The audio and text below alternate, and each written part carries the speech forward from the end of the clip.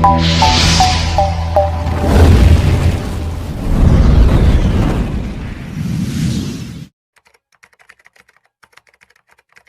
2వ తారీఖున ప్రధానమంత్రి మోడీ గారు ప్రజా రాజధాని మన అమరావతి రానున్నారు. లక్షల కోట్ల విలువైనటువంటి అభివృద్ధి పనులకి శ్రీకారం చుట్టబోతా ఉన్నారు. ముఖ్యమంత్రి చంద్రబాబు నాయుడు గారు, ప్రధానమంత్రి మోడీ గారు, ఉప ముఖ్యమంత్రి పవన్ కళ్యాణ్ గారు అతిరథ మహారథులతోటి ఒక గొప్ప కార్యక్రమం, చరిత్రలో మిగిలిపోయేటువంటి గొప్ప కార్యక్రమం జరగబోతా ఉంది. పల్నాడు జిల్లా వ్యాప్తంగా వేలాది మంది ఈ కార్యక్రమానికి హాజరు కాబోతా ఉన్నాం. ప్రజలందరూ పిలిపిస్తున్నాం. పల్నాడు జిల్లా నుండి, వినుకొండ నుండి భారీ ఎత్తున వేలాది మందిగా తరలి ఇక్కడ నుండి వెళ్తాము.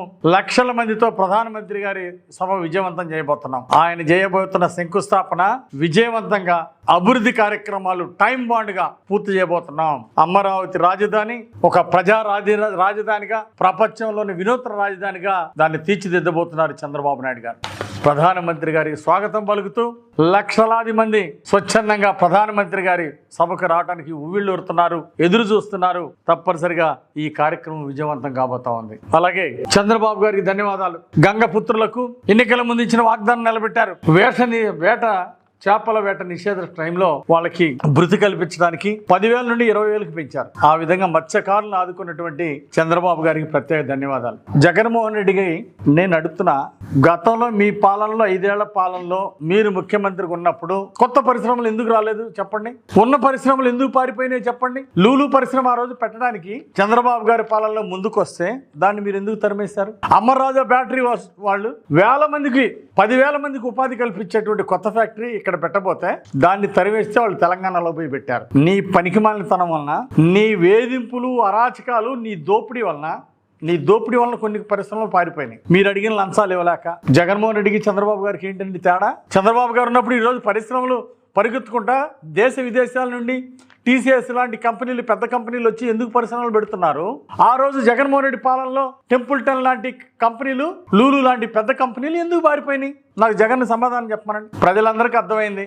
జగన్ ఏమో పరిశ్రమలు పెడతానంటే నాకేం ఇస్తాడని అడుగుతాడు. చంద్రబాబు గారేమో ఆ కంపెనీలు వస్తే ప్రజలకు ఏం మేలు జరుగుతుంది, ఎంతమందికి ఉపాధి, ఎన్ని లక్షల మందికి, ఎన్ని వేల మందికి ఉద్యోగాలు వస్తాయని చంద్రబాబు గారు ఆలోచిస్తారు. ఇది చంద్రబాబు గారికి ఆనాటి జగన్ పాలనకున్న తేడా. నీకు లంచాలు ఇస్తేనేమో పరిశ్రమలు పెట్టనిచ్చాడు, ఆ లంచాలు ఇలాక పరిశ్రమలు రాకుండా పోయినాయి. స్వార్థ ప్రయోజనాలు ఆలోచించినటువంటి ముఖ్యమంత్రుల పాలనలో లంచాలు, వేధింపులు, కొంతమంది లంచాలు అడిగారు, కొంతమంది వేధింపులు చేశారు. దానివల్ల కొత్త పరిశ్రమలు రాకపోగా జగన్ పాలనలో ఉన్న పరిశ్రమలు పక్కకు పోయినాయి. చంద్రబాబు గారి పాలనలో ఆనాడు తెలంగాణ సమైక్య రాష్ట్రంలో చంద్రబాబు గారు ముఖ్యమంత్రి ఉన్నప్పుడు హైటెక్ సిటీ కానీ అనేక సాఫ్ట్వేర్ కంపెనీలకి తక్కువ రేటుకి భూములు కేటాయించారు. దానివల్ల ఈ రోజు లక్షల మందికి ఈ రోజు ఆడ ఉద్యోగ అవకాశాలు వచ్చినాయి. కారణం ఏంటి? ఆ రోజు చంద్రబాబు గారు తీసుకున్న చొరవ, చంద్రబాబు గారు వేసినటువంటి ఫౌండేషన్ ఈరోజు తెలంగాణ ముఖ్యమంత్రి చెబుతున్నారు. వల్లనే ఈరోజు ఐటీ ఇండస్ట్రీ ఇంత పెద్ద ఎత్తున డెవలప్ అయింది. దానివల్ల ప్రభుత్వానికి ఈరోజు లక్షల కోట్ల ఆదాయం పెరిగింది. అది చంద్రబాబు గారి యొక్క టాలెంట్. ఆయన అలా ఆఫర్ చేశాడు. కొన్ని పరిశ్రమలకి బెనిఫిట్లు ఇచ్చారు. ఆ బెనిఫిట్లు చూసి వేరే రాష్ట్రాల్లో పెట్టకుండా వచ్చి ఆ రోజు హైదరాబాద్ లో పెట్టారు. దానివల్ల ఈ రోజు ప్రభుత్వానికి 10 రెట్ల ఆదాయం పెరిగింది. ఆదాయం పెంచాలన్నా, సంపద సృష్టించాలన్నా, సంపద పెంచాలన్నా అది చంద్రబాబు గారికి సాధ్యం. పరిశ్రమలు పారదోలాలన్నా, లక్షల కోట్లు దోచుకోవాలంటే అది జగన్ పేటెంట్. జగన్ మాట్లాడటం చాలా బాధాకరం. ఇది కంపెనీలకి, అదే టీసీఎస్ కంపెనీలకి, ఉరుసు కంపెనీలకి దోచిపెట్టారు. 99 పైసలకే ఇచ్చారు. ఇస్తామండి. 61 కంపెనీలకి ఇస్తాం. 12,000 ఉద్యోగాలు ఇస్తానన్న టీసీఎస్ కంపెనీకి ఇచ్చింది ప్రభుత్వం. నీలాగా లంచాలు అడగలేదే, నాకేం ఇస్తారని ప్రభుత్వం అడగలేదే.